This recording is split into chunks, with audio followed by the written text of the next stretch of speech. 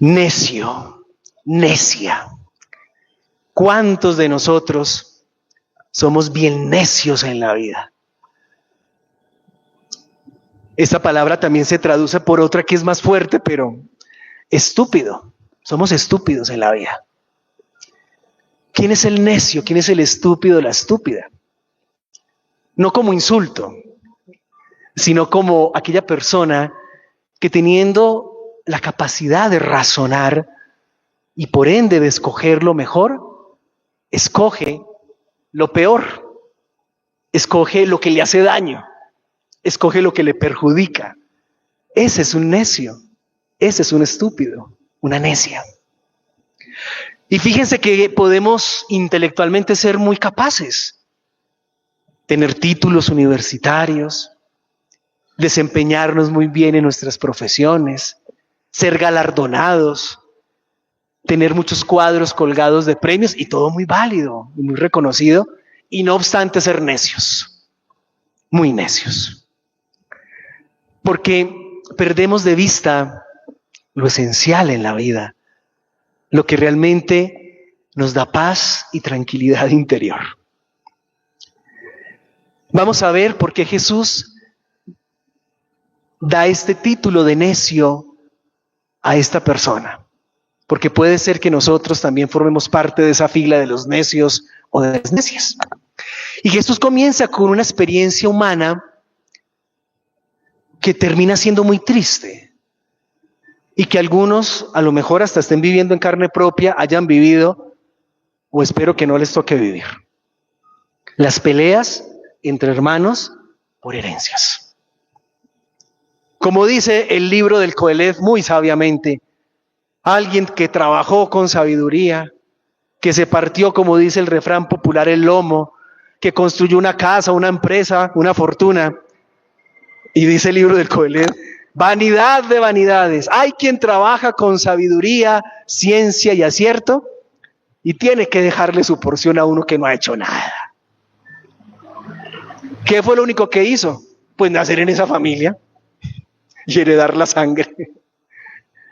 Pero merecer, pues nada, porque él no la trabajó. Claro, somos familia y queremos dejar un legado. Pero ¿para qué es ese legado? ¿Cuál es el objetivo de dejar un legado y sobre todo un legado material? ¿Cuál es el objetivo? ¿Construir mejores personas, construir mejor sociedad, darle sentido a la vida? O lo triste es cuando ese legado, cuando esa herencia, en lugar de construir, divide. En lugar de que las personas que lo heredan crezcan en amor, en servicio, crecen pero en odio, crecen en división. Y en lugar de unir, se divide. Y llega este hombre o esta mujer enojado. En aquella época los rabinos que predicaban la palabra, que conocían la Torá, eran los encargados de interpretarla y también fungían como jueces. Por eso van con Jesús, porque ven en él un gran rabino que ha predicado, ven su capacidad de discernimiento intelectual. Y este hombre le dice, Señor, mi hermano no me ha dado bien la parte de la herencia. Dile algo.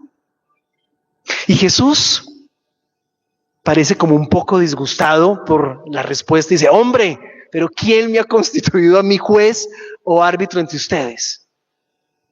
Detrás de esto está la explicación de Jesús que le dice a todo hombre y mujer.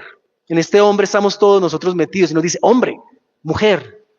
Pero si Dios Padre ya hizo la creación, hizo este hermoso universo y se lo dio a toda la humanidad. Son ustedes los que tienen que resolverlo.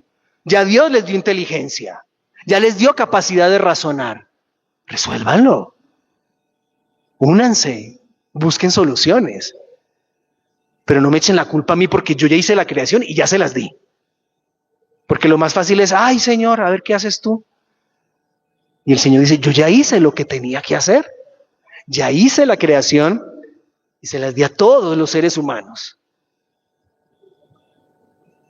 ¿Qué nos ocurre en la vida? Y aquí Jesús va a abordar un tema, no les va a dar respuesta directa al tema de la herencia, pero va a dar una respuesta más profunda y va a ir a la raíz de por qué los seres humanos vivimos peleando por bienes materiales, que de hecho es una de las grandes causas, por no decir en muchos casos la única, de las peleas y de las guerras, entre hermanos, entre familias, en sociedades, entre países. ¿Por qué peleamos los seres humanos? Por sentirnos más poderosos que el otro. Y el dinero, las posesiones, las riquezas alimentan ese poder, porque entonces me siento más que tú, me siento más importante que tú, alimento mi ego, y eso me da la capacidad, creo yo, cuando contamino mi corazón de esa manera, de ponerme por encima de ti.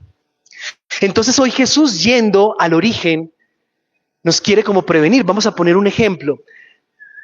Podemos decir que la codicia, la avaricia, son como un virus. Y desde bebés ese virus nos contamina a todos. Y tenemos que estar continuamente vacunándonos contra ese virus.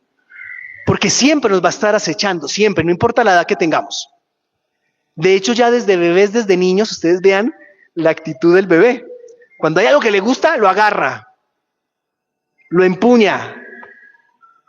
Dice, ay, me da, es mío, esto es mío.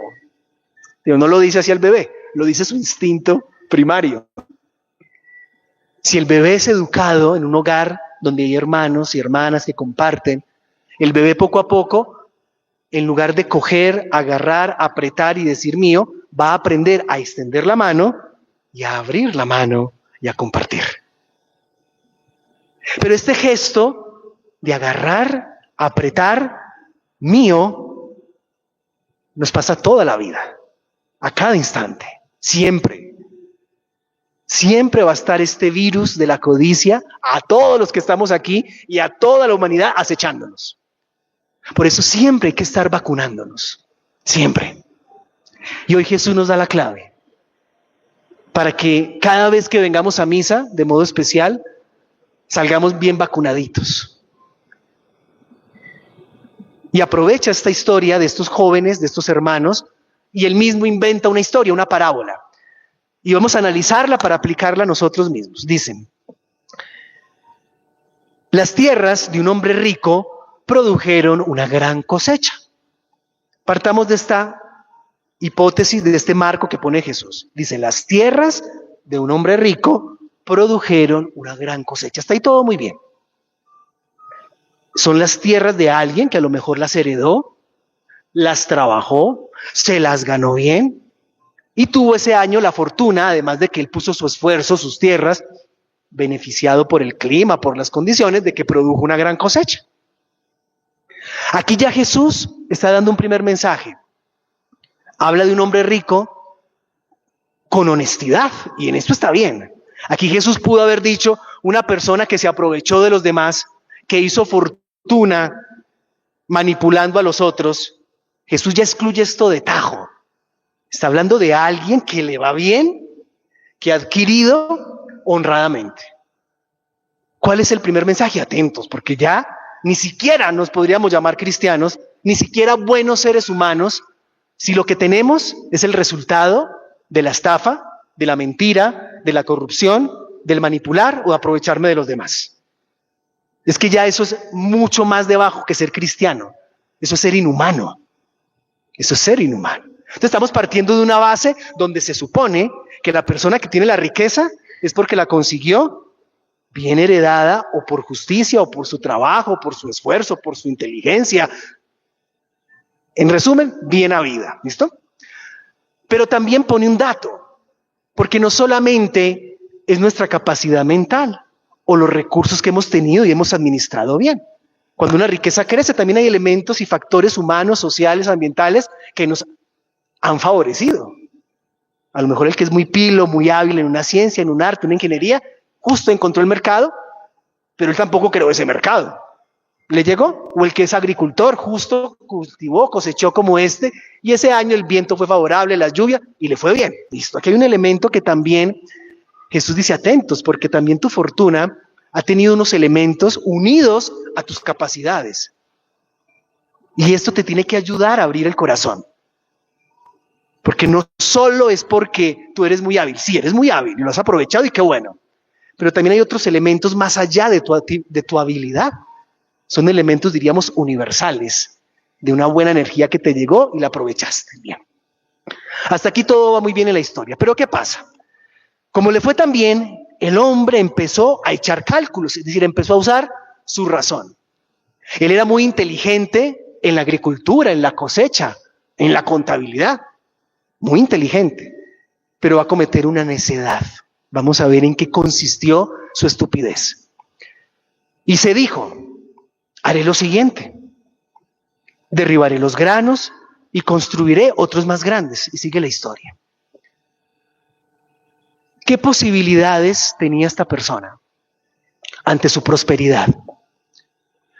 Jesús solo nos presenta una opción, la que él escogió, la que según Jesús es necedad, y nos va a dar la razón al final de por qué es necedad, la explicación. ¿Qué otra opción, pensemos nosotros, hubiera tenido este personaje? Además de haber llenado su granero, imaginémonos, es un hombre, como lo dice Jesús, un gran campo, cosecha de trigo, empieza el tiempo de cosecha, de la vendimia, toneladas de trigo, tiene una bodega del tamaño de este templo, calcula, dice, no, pues es que lo voy a llenar. Y no solamente lo voy a llenar a tope, me va a sobrar un montón. Tanto me va a sobrar que ya no me hará falta ni siquiera seguir trabajando. ¿Y qué dijo? Bueno, un cálculo, y fue un cálculo bien hecho.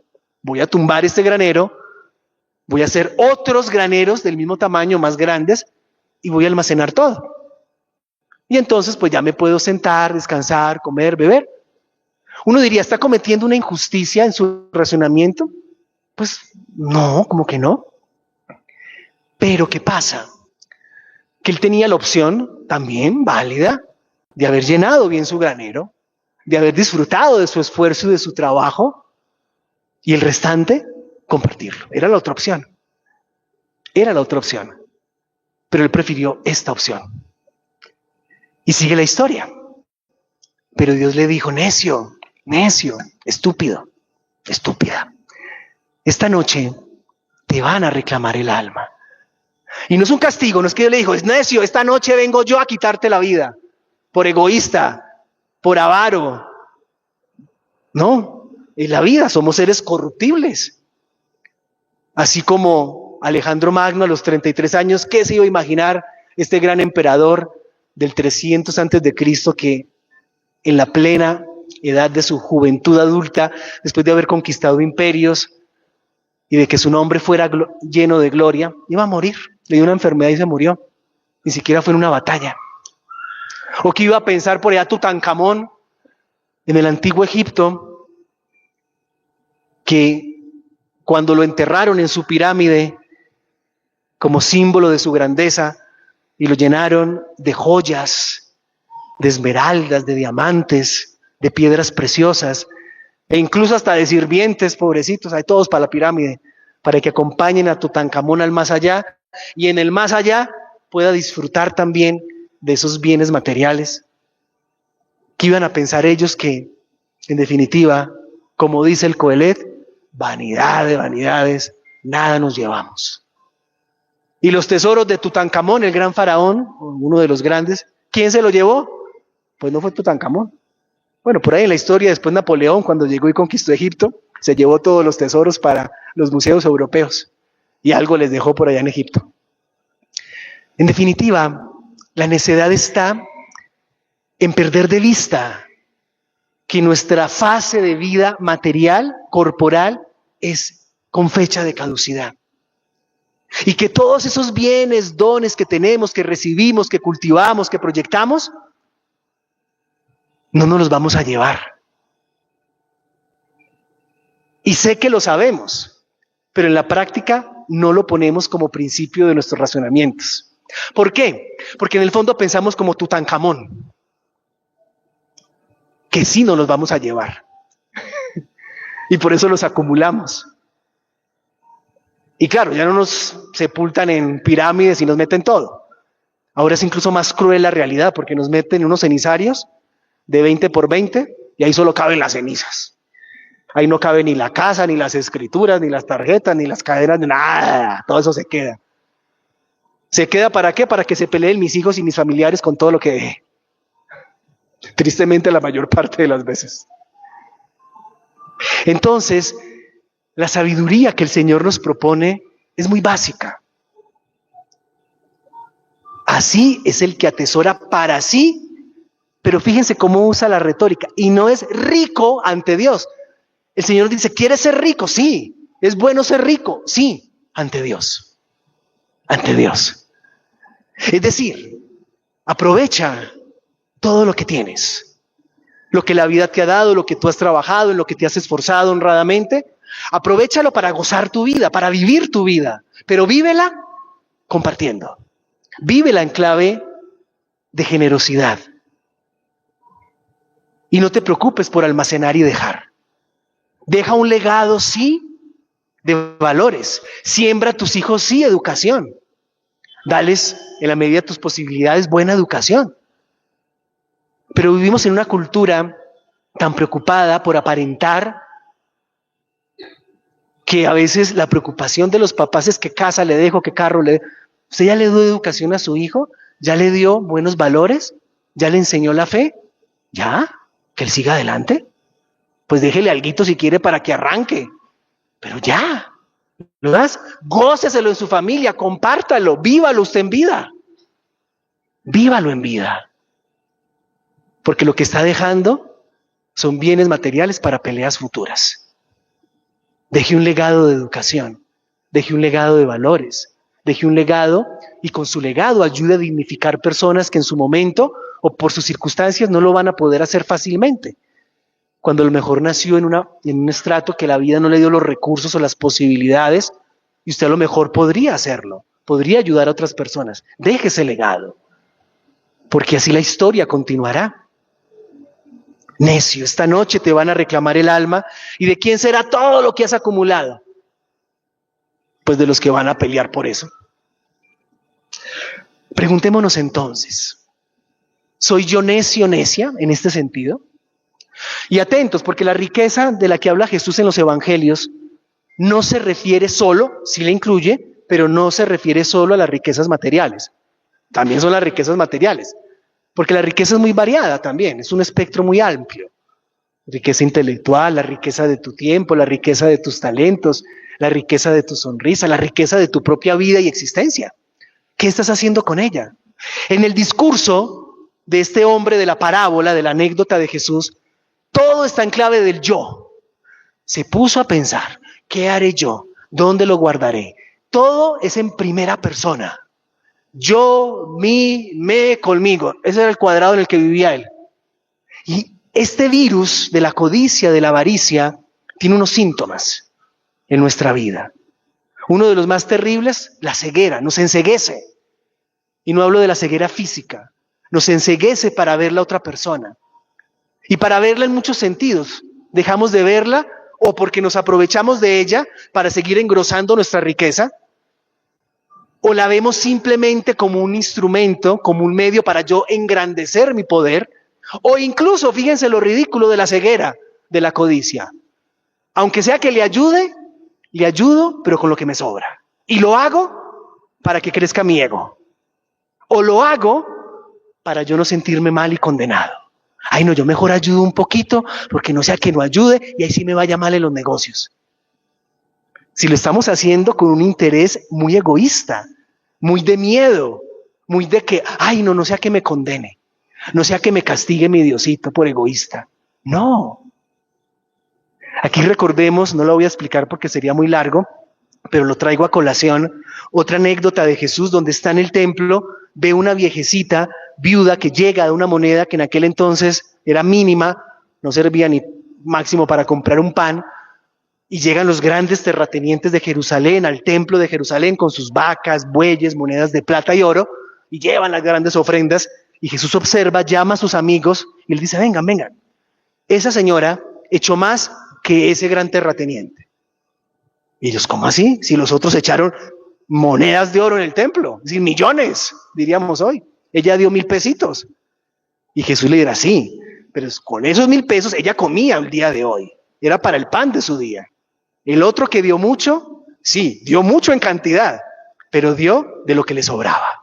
Dio con avaricia, con codicia. Fíjese qué particular eso. Dio, pero en el fondo su corazón es codicioso, porque dio de lo que le sobraba. Y algunos dan por aparentar, o algunos dan en el hogar, a la familia, al esposo, a la esposa, a los hijos, para sentirse ellos los más importantes de la familia. Ahí llegó el tío rico, la tía rica, entonces se pavonea, ¿no? Y yo tan generoso, tan generosa en mi casa, en mi familia. Y a lo mejor está dando, pero de lo que le sobra. Para inflar su ego, para inflar su codicia, su ambición. Entonces no damos, ¿no? Pues peor aún, porque además engorda más y se ahoga más en su codicia. Lo que Jesús quiere enseñarnos es eso. Hay una sabiduría muy profunda donde tenemos que aprovechar las cosas de la vida, las riquezas que tenemos, con sabiduría. Con sabiduría. No con la sabiduría del mundo, que tumba más graneros para levantar más graneros y para crear más estructuras de poder que someten a los demás, sino para crecer nosotros en el amor y saber compartirlo. Y salirnos de la cárcel que nos creamos del yo, mí, me y conmigo. Todo para mí. Y yo soy el centro. Y que si comparto y doy algo, lo hago, pero de lo que me sobra. De lo que me sobra. No de lo que a mí me aprieta.